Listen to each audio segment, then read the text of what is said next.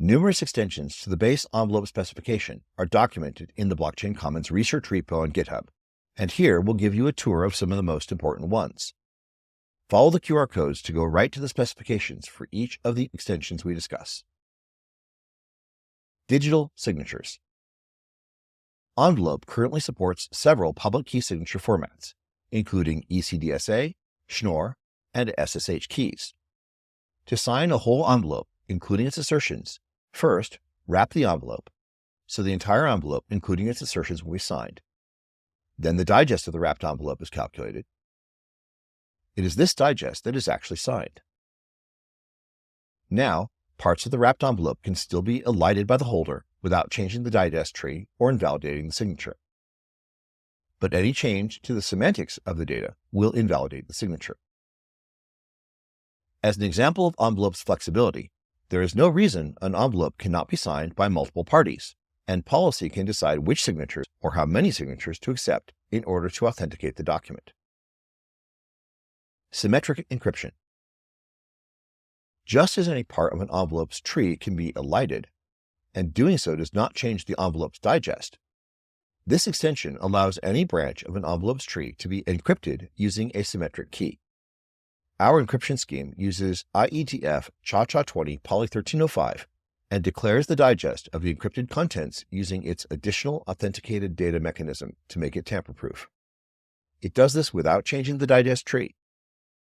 As you'll see in a moment, this symmetric encryption mechanism is the foundation of our powerful public key encryption. Public key encryption. When you have a recipient's public key, you can transmit an envelope to them securely by using envelope's sealed messages. First, you wrap the envelope.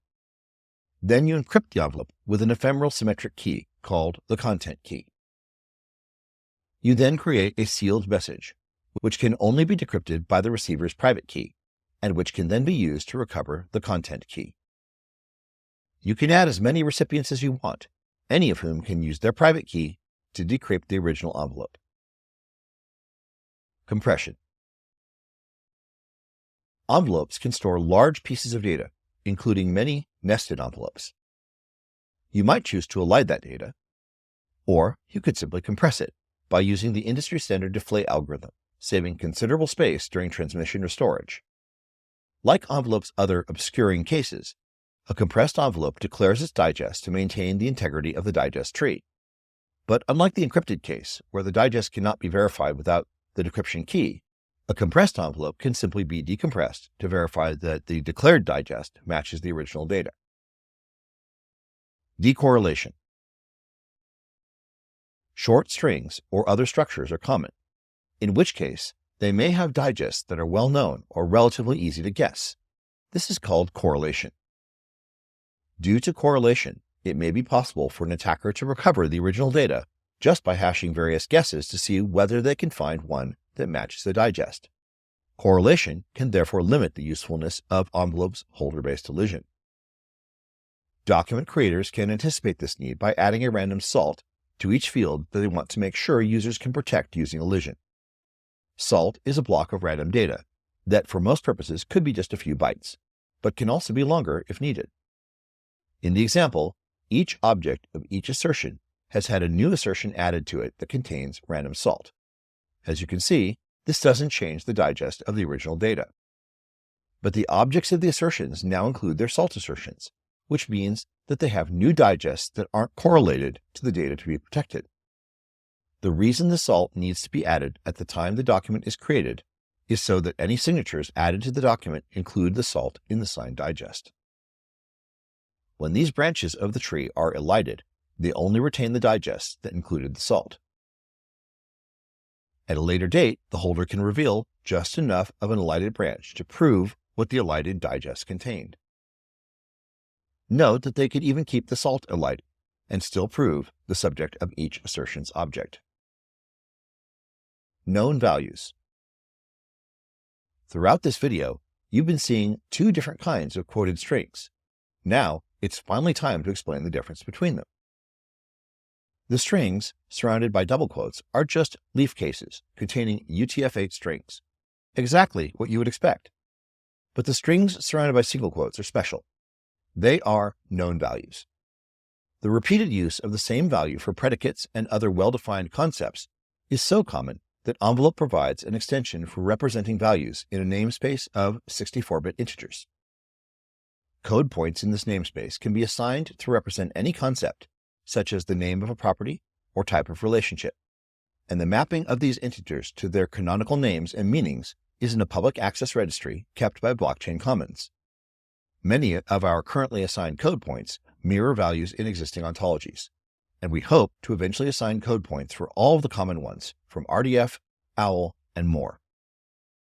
This means that when you see a single quoted string, you are really seeing the mapping of an integer to its human-readable canonical name. What's actually encoded is just a CBOR integer. Because we wanted known values to be super efficient, their case is distinguished by just being a bare CBOR integer without any other tags or structure. This means that many common known values only take a single byte to encode. For complex envelopes, this represents a considerable savings of space as well as processing needed to interpret these values. Of course, you can still use strings you assign for predicates anywhere you like, but our goal for known values is to provide both efficiency and interoperability by using concepts mapped to integers, both within the envelope ecosystem and beyond. Sharded Secret Key Reconstruction, SSKR. SSKR is a way of backing up sensitive or valuable information via third parties that aren't entirely trusted, using a technique called collaborative or social key recovery. SSKR lets you define a split as the number of shares and a threshold of how many shares need to be retrieved to recover the secret. In fact, SSKR lets you create much more sophisticated splits with multiple groups, each with their own threshold and a threshold of groups that must also be met, but we'll skip those details for now. So we first generate an ephemeral content key. Then we encrypt the secret envelope with the content key. Next, we split this content key into 3 shares. Finally, we produce a sequence of envelopes, each having the encrypted envelope as the subject, and an assertion providing one of the SSKR shares. In this example, any 2 of these envelopes can be used to recover the content key and decrypt the entire original envelope. But if the threshold of recovered shares is not met, there is no way to recover the original secret. Attachments. The exact data in an envelope will usually be specified by a first-party vendor of an envelope document format. The author of this specification will decide what the envelope's subject must be, what required assertions must be added, and what optional assertions may be added. They may also specify that additional assertions are not allowed and will therefore be rejected as invalid, as this can be a security risk. However, in some cases, it's desirable to open a format to third parties in a well-defined way that enables them to extend or add functionality to an existing envelope specification. Attachments are a uniform way for vendors to do this. In formats where it's permitted, third parties may add 1 or more attachment assertions, and the original vendor publishes as part of their specification whether attachments may be processed if known or ignored, and whether they will be preserved or removed if the envelope is modified. An attachment consists of a payload envelope that can be anything the third party desires. The payload must be wrapped, so any assertions it carries are encapsulated. In this example, we're just using a simple string for the payload. The third-party vendor must also provide a vendor assertion that provides a traceable identity. And they may also provide a conforms to assertion, usually a URL that points to a document that defines the format of the payload. So a third party may or may not document the format of their extension using a conforms to assertion, but they must, in any case, identify its origin using the vendor assertion. Multiple attachments may be present, representing different versions of the same specification by the same vendor, or attachments from completely different vendors. Attachment vendors can, of course, sign their attachments and take advantage of all the other features Envelope offers. Existence proofs. A document holder can prove claims about it, or prove it is part of a larger document, while revealing minimal information from both. As an example, let's say a university wants to publish a register of their graduating class in a public, transparent, and verifiable way. They create an envelope for the register and add an assertion to it for each graduate. The object of each assertion is the graduate's name or record ID, and it contains assertions that list all the classes and other information in the student's transcript. This assertion, once composed, has a characteristic digest that will never change. It's a cryptographic commitment to its contents. The university continues to add all the graduates to the register. When wrapped, the final register envelope has its own characteristic digest, which is then signed by the university's private key, and which may be verified using their public key. Now the university creates the version of the register they're making public by eliding all the graduate assertions, including the one belonging to the student we're using in this example. By publishing this elided version of the document, it becomes possible for students to selectively prove relevant parts of their transcript without needing to go through the university. This is called herd privacy. In the meantime, the university has issued an envelope to each graduate containing just their personal assertion from the register. If we look inside the graduate's transcript, we see that it may contain a wealth of personal information that may descend many levels deep, including classes taken, but possibly other sensitive records as well. The graduate, being the holder of this document, can now elide everything that isn't pertinent, in this case, revealing the completion status of a particular course without revealing their grade. This elided document isn't signed by the issuing university, but it doesn't need to be, because it is an existence proof. Anyone having access to the elided register issued by the university and the existence proof can simply look for the proof's characteristic digest among the elided digests. If it's found, then everything in the proof must be accurate, and the signature on the main envelope verifies that it must have originated with the university. Even though it's not necessary, it's perfectly possible to transform the elided register envelope by uneliding the existence proof. In this partially restored version of the register, the signature still validates. The Gordian Envelope APIs provide functions for creating and verifying existence proofs. These functions find the minimal tree of digests necessary to prove that one or more elements must exist in a target envelope. Diffing. Comparing two structures like text strings for the minimum number of changes necessary to convert one to the other is called the edit distance problem. The Unix diff command is used to compare two files, the source and target, and produce a set of changes or edits that can be applied to the source using the patch command to reproduce the target. The set of edits is generally smaller than either the source or the target, unless the source or target are very small or the contents of the two are very different. The reference implementation for Gordian Envelope contains implementation of diffing specifically for envelopes. This implementation uses a well-known algorithm for trees that produces a minimal set of edits needed to transform one envelope into another. But to understand diffing envelopes, you need to first know a little bit about comparing envelopes, what makes them the same or different.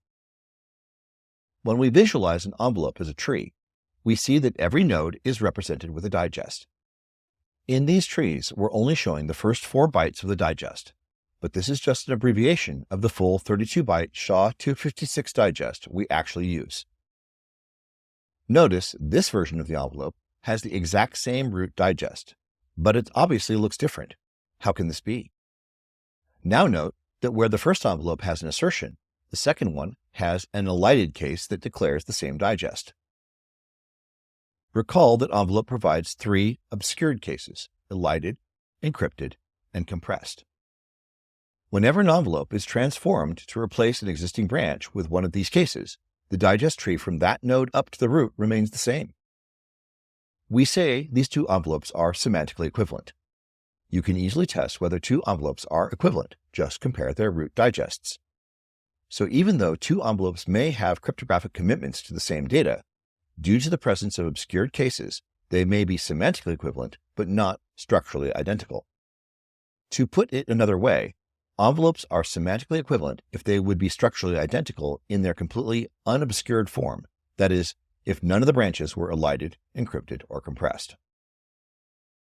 If two envelopes are the same in every respect, then they are obviously semantically equivalent, but in this case, they are also structurally identical. The reference implementations provide methods to test envelopes for semantic equivalence, which is very fast, or structural identicality, which currently requires walking the trees of both envelopes. So testing for equivalence is preferred unless you must test for true identicality. So now that you understand how envelopes can be compared, let's talk about how they can be diffed. Diffing is about finding the minimal changes needed to change the structure of one envelope, the source, to become identical to the structure of a second envelope, the target. To take a simple example, let's find the diff that transforms the first envelope into the second. The only thing that is changing here is the subject of the envelope, from Alice to Carol. The solution provided by the diffing algorithm also takes the form of an envelope containing an assertion case, with the known value edits as its predicate, and a CBOR array as its object. The first element of the array, 1, is a version number, and each subsequent element of the array represents a deletion, renaming, or insertion of a node into the tree. In this case, the second element of the array is another array that specifies that the subject is to be renamed Carol. The specific format of the edits is considered an implementation detail, so we won't get into it here. This is a somewhat more complex example. The source envelope already has one of its assertions encrypted. The target envelope has several edits made to it, including the deletion of some assertions, then being wrapped and signed, and then elided. The solution is correspondingly more complex. And again, we won't get into the details here, but as before, when applied to the source envelope, the solution efficiently transforms it into the target. Expressions, requests, and responses. In programming languages, an expression is a sequence of symbols that evaluate to a result. When we break down such an expression, we see it has three parts: an operand on the left side, an operand on the right side, and an operator in the middle. Another way to look at an expression is as a function call in a programming language, where the operator is the name of the function and the arguments are the operands. Unlike a simple binary operator such as addition, function definitions can have any number of arguments. So, how do we represent such a structure with Gordian envelope?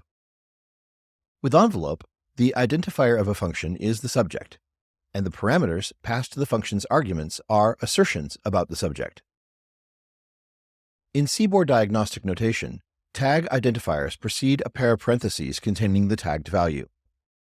In envelope expressions, we use two different CBOR tags, one that identifies functions and another that identifies parameters. CBOR tags are always integers, but in envelope notation, we map them to their human-readable names.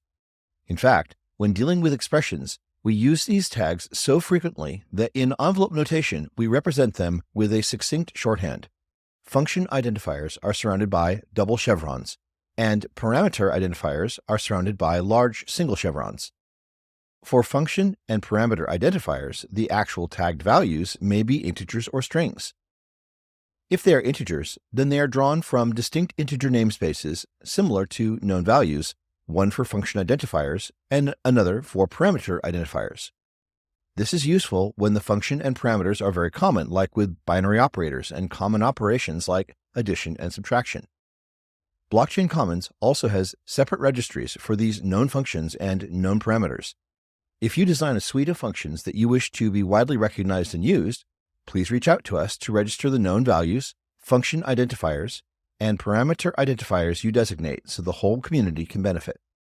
As with known values, these integers are mapped back to their canonical names when printed in envelope notation. But function and parameter identifiers can also use strings, in which case they are shown surrounded by double quotes. This lets you easily define functions and parameters for any purpose you desire. There are two reasons we specifically tag function and parameter identifiers. First, if the subject of an envelope is tagged as a function, then we can easily recognize that the whole envelope is intended to be an envelope expression. The second reason is to keep the parts of an expression clearly separate from other metadata envelopes might hold. For example, in this case, we've added a human-readable note to the expression that will be ignored when it is processed. Here's how a function declaration that processes such an expression might look. Envelope expressions give us a simple, uniform way to specify operations and gives us a good foundation for representing requests and responses that might be passed around in a peer-to-peer system or between clients and servers. So now let's talk about requests and responses. To track a request through its lifecycle, we first generate a unique identifier. Our systems use a 32-byte identifier similar to a UUID called an apparently random identifier, or ARID. In envelope notation, we only display the first 4 bytes of an ARID for brevity. ARIDs are just CBOR binary strings with a particular tag. We then tag our ARID with another particular tag signifying a request, and make this the subject of a new envelope. Our expression becomes the object of a body assertion in our request envelope. This is a complete request, and its meaning and contents are entirely transparent. This is all that's needed for low security applications. When you need higher security, including cryptographic authentication and encryption across insecure channels, envelope requests form the basis of the Gordian sealed transaction protocol we'll discuss in a moment. This request is then sent to the receiver, which processes it and returns an envelope with the same identifier but tagged response. It also contains a particular assertion depending on whether it succeeds or fails. If it succeeds with no specific return type, it returns the known value OK. But of course, the return type can be any envelope. If the expression valuation fails, then an error assertion is returned with an error type. This will frequently be a string, but when necessary can also be any envelope type you define. Gordian Sealed Transaction Protocol, GSTP. GSTP is a protocol for peer-to-peer or client-server communication that is both secure and transport agnostic. It can work over insecure channels with connections as diverse as Internet, Bluetooth, NFC, Tor, and even QR codes. GSTP uses an enhanced form of envelope requests and responses. First, the sender adds an assertion containing their own public key. This allows the receiver to encrypt the reply back to the sender. The sender may also add an encrypted state continuation, or ESC. This will frequently contain instructions the sender writes to itself on what to do when it receives the response back for some time in the future. Since it is encrypted by the sender back to itself, the receiver cannot do anything with it except return it to the sender along with its response. Continuations allow peers to offload private state information into messages, minimizing and, ideally, eliminating the amount of local state needed for ongoing tasks. This is particularly useful for thin or constrained clients that might wish to participate in numerous ongoing transactions and do not wish to track local state. If the current request is itself a continuation of a previous task, the sender may have previously received an encrypted state continuation from the recipient. This continuation, being encrypted by the recipient to itself, is a black box to the sender. However, the sender is still obligated to return the continuation. If the recipient is a server cluster, this removes the need for every server to somehow manage and share previous state. This architecture supports horizontal scaling, adding back-end capacity without bottlenecks. Then, this envelope is wrapped and signed by the private key that corresponds to the sender public key in the request. This enables the receiver to verify the signature as a first step, which means that whoever sent this message definitely has the private key that goes with the included public key. This happens even before authenticating the sender against known users or creating a new user in what is known as Trust on First Use, or TOFU. Finally, the envelope is encrypted to the recipient using their public key. This is the final message that will be sent.